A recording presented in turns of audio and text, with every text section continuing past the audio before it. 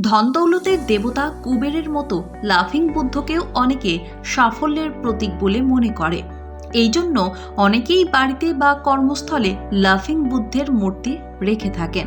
চীনা জ্যোতিষ বা ফেং শুই মেনে অনেকের বাড়িতেই লাফিং বুদ্ধর মূর্তি চোখে পড়ে। তবে এই মূর্তি যেমন তেমনভাবে রাখা যায় না, সেক্ষেত্রে ফল হতে পারে উল্টোটায়। লাফিং বুদ্ধ বা বুদাই একজন চীনা লোকদেবতা। চীনের লৌকিক কাহিনী অনুযায়ী লাফিং বুদ্ধ বা বুদাই নামের অর্থ কাপড়ের বস্তা, আর এই নাম সাধারণত তার কাপড়ের উপর ফুটিয়ে তোলা হয়েছে বলে তাকে সাধারণত বুদ্ধের অবতার মৈত্রের বা ভবিষ্যৎ বুদ্ধ বলে গণ্য করা হয়। তাকে সকল সময় হাসি মুখে থাকতে দেখা যায়, সেজন্য চীনা ভাষায় তাকে হাসিমুখ বুদ্ধ বা লাফিং বুদ্ধ বলা হয়। বুদাইকে সাধারণত একজন স্থূল টাকমাথার এবং পরনে ঢিলা ঢালা প্রার্থনার পোশাক পরিহিত ব্যক্তি হিসেবেই উপস্থাপন করা হয়। তার অবয়ব আত্মসন্তুষ্টির প্রতীক হিসেবে প্রায় চীনা সংস্কৃতির সকল ক্ষেত্রেই দেখা যায়। চীনা ইতিহাস মতে বুদাই একজন বৌদ্ধ ভিক্ষুক ছিলেন, যিনি লিয়াং সাম্রাজ্যের সমসাময়িক চীনে বসবাস করতেন।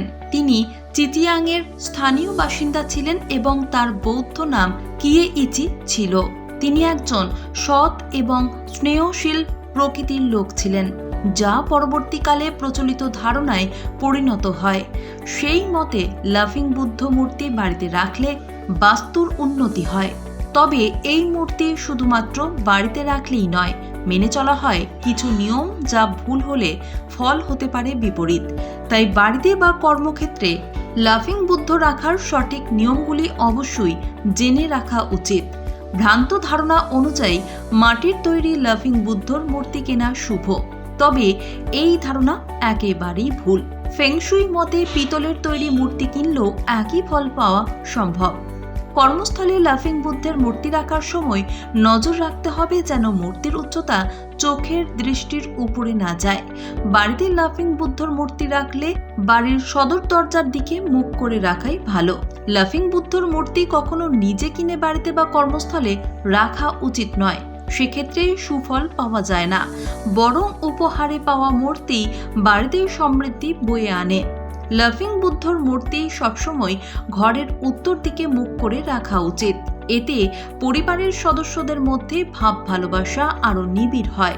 বাচ্চাদের সঙ্গে বসে আছেন লাফিং বুদ্ধ এমন মূর্তি বাড়িতে রাখা খুবই শুভ।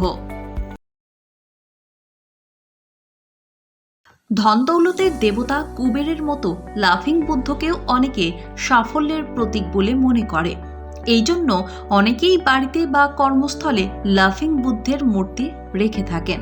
চীনা জ্যোতিষ বা ফেং শুই মেনে অনেকের বাড়িতেই লাফিং বুদ্ধর মূর্তি চোখে পড়ে।